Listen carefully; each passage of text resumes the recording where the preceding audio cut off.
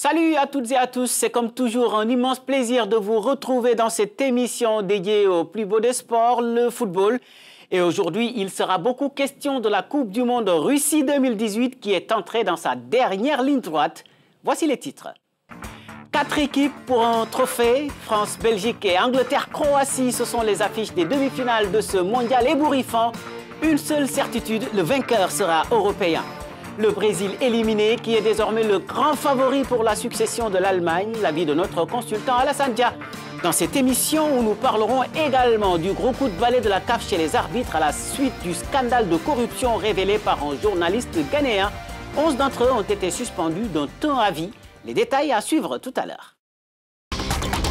Un tournoi aux allures d'euro, voilà à quoi ressemble désormais la Coupe du Monde Russie 2018. Il ne reste plus en effet que 4 équipes européennes pour la conquête du Graal. L'Angleterre, la Belgique, la Croatie et la France pour des demi-finales pour le moins improbables. Chancela Nyingi et Eric Oteng pour plus de détails. Ce n'était sans doute pas le carré espéré ni rêvé, mais les 4 demi-finalistes ont encore prouvé que le football est loin d'être une science exacte. Et le Brésil l'a appris à ses dépens, lui qui avait les faveurs de tous les pronostics.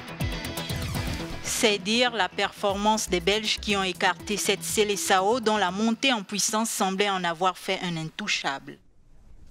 Avec ce succès improbable et cette première qualification en demi-finale depuis 1986, les Diables Rouges espèrent disputer la première finale de leur histoire.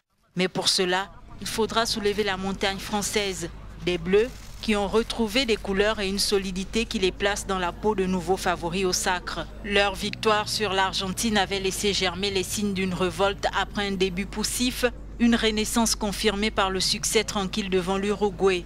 Ce derby a donc de quoi faire saliver, idem pour l'autre demi-finale entre l'Angleterre et la Croatie. Des Anglais qui seront sans doute plus frais face à des Croates qui ont enchaîné 2 prolongations pour se retrouver au dernier carré pour la deuxième fois de leur histoire. Les Anglais, eux, rêvent d'un deuxième sacre. 52 ans après le premier, les paris sont ouverts. Et maintenant, nous prenons la direction de Dakar pour retrouver notre consultant Alassane Dia. Merci de nous rejoindre dans cette émission, coach. Avant de parler de ces demi-finales, retour d'abord sur les quarts de finale.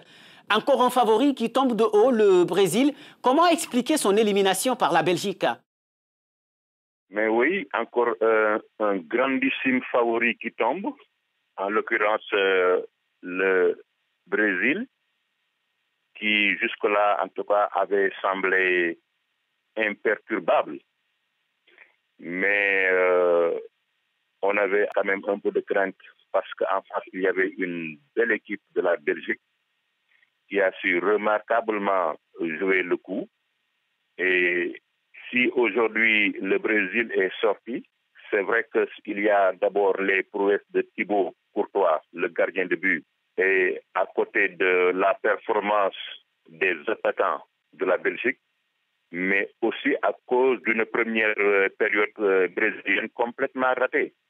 Alors, si le Brésil a raté cette première, c'est aussi parce que la performance des Belges a été remarquable à tout point de vue. Présence dans les airs, contre-attaque fulgurante et bien menée, bonne assise défensive devant un gardien, vraiment dernier rempart. Donc voilà, je pense qu'aussi il y a eu un mélange de tout ça. Une bonne équipe de Belgique face à une équipe brésilienne qui n'a pas eu de réussite dans ce match-là.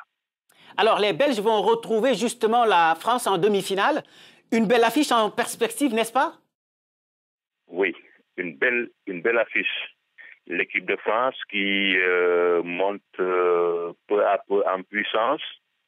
Une équipe de France poussive lors des phases de poule, mais qui montre un visage différent pendant les phases éliminatoires. Contre l'Argentine, déjà, cette équipe de France avait démontré une force réelle.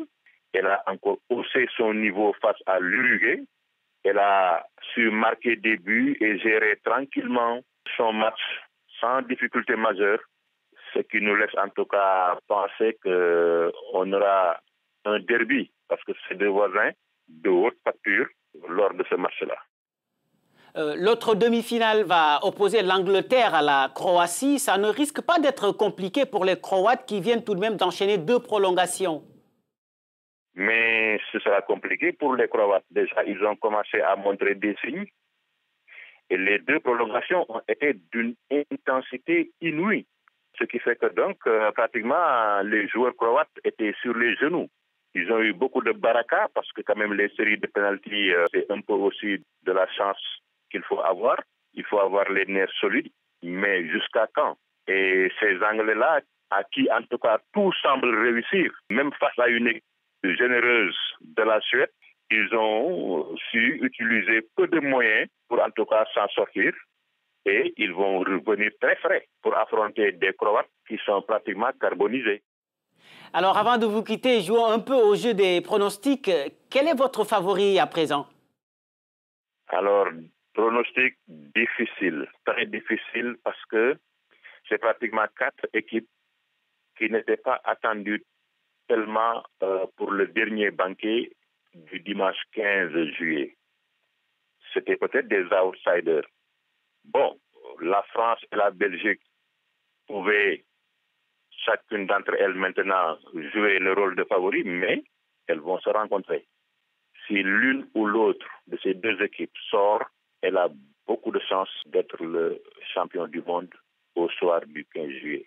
Maintenant, l'Angleterre semble bien partie, en tout cas également, compte tenu des efforts fournis jusque-là par les Croates. Si les Anglais tiennent bon, on les voit arriver en finale également. Merci beaucoup Alassane Dia. Merci. Et demain matin, dans notre programme consacré justement à cette Coupe du Monde dont les demi-finales se jouent ce mardi avec France-Belgique à 18h GMT, alors que l'Angleterre affronte la Croatie mercredi à la même heure. Vous le savez, l'Afrique a très tôt été sortie du mondial et pourtant le tournoi garde encore un fort accent africain grâce notamment à l'équipe de France. 15 des 23 joueurs qui composent l'effectif des Bleus sont originaires du continent, des joueurs dont l'africanité dérange parfois. Heureusement, pas tout le monde. Sandrine Boko et Claire Moutindi. Depuis plusieurs décennies, le sport français porte une identité particulièrement colorée, ce qui illustre parfaitement l'architecture de l'équipe de France de football, dont les 2 tiers de l'effectif actuel sont d'origine africaine. Une identité que ces joueurs revendiquent malgré les polémiques qu'ils génèrent, comme lorsqu'ils entonnent des chansons africaines après certains de leurs succès. Mais pour les journalistes sportifs français présents en Russie, il n'y a pas de quoi fouetter un chat. Ce sont des joueurs de formation française et voilà, ils ont choisi de jouer pour le pays qui les a formés, mais sachant que de toute façon ce sont des Français. Hein. Donc non, pour moi, c'est même pas une polémique. Hein. Pour beaucoup de Français, c'est surtout ce métissage qui fait la force de l'équipe de France. Un métissage incarné aujourd'hui par la star montante des Bleus, Kylian Mbappé.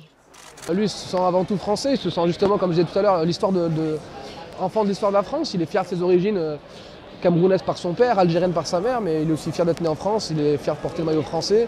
Et voilà, c'est un peu un enfant du monde, on va dire. C'est le métissage qui lui a donné cette force, le football français. J'ai toujours pensé que et la société française et le sport français avaient beaucoup à tirer de ce métissage et on le voit encore avec Kylian Mbappé. Dans tous les cas, black, blanc ou beurre, il n'y a que la performance qui compte. Et c'est tout à l'honneur de la France, mais aussi de l'Afrique. Je vous le disais en titre, la Confédération africaine de football n'a pas été tendre avec les arbitres soupçonnés de corruption après l'éclatement le mois dernier du scandale qui a éclaboussé le football ghanéen. Le verdict est sans appel, une exclusion à vie, des suspensions allant de 2 à 10 ans. Les détails avec William Bahia et Ronald Luere-Kato. Et c'est le Kenyan Aden Marwa qui en a pris le plus cher. Il est en effet le seul parmi les 22 arbitres sanctionnés à être banni à vie par l'instance dirigeante du football africain. Mais 11 d'entre eux ne le sont que provisoirement. La suspension la moins lourde est de 2 ans et a été infligée au trio arbitral ivoirien Marius Tan, Bivaler Gou et Koulibaly Abou. 4 autres, Boukari Ouidrago du Burkina Faso, le Malien Moriba Diakité, Demba Boubou de la Mauritanie et le Nigérien Raja Abba Malan Husseini ont tous reçu des peines de 5 ans. Quant au Gambien Jallo Ibrima et le Togolais Yassinou Bediou, ils écopent chacun de 10 ans de suspension de toute activité liée au football de la CAF. Cette liste pourrait toutefois s'allonger si le jury disciplinaire de la CAF, qui se réunit le 5 août prochain, juge coupable des accusés provisoirement suspendus. Il s'agit d'un Libérien et de 10 Ghanéens. Le scandale a déjà coûté son poste au président de la Fédération ghanéenne de football, Kwesi Nyatanki, l'un des principaux acteurs de ce système.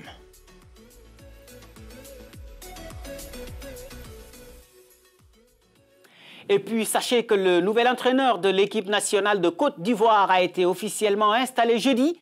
La qualification à la Coupe d'Afrique des Nations 2019 et la victoire finale en 2021 à domicile, ce sont les principaux objectifs fixés à Ibrahim Kamara qui a été présenté à la presse le jeudi même.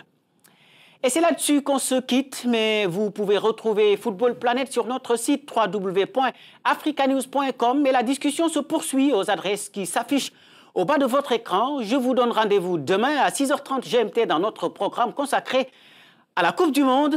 Au revoir.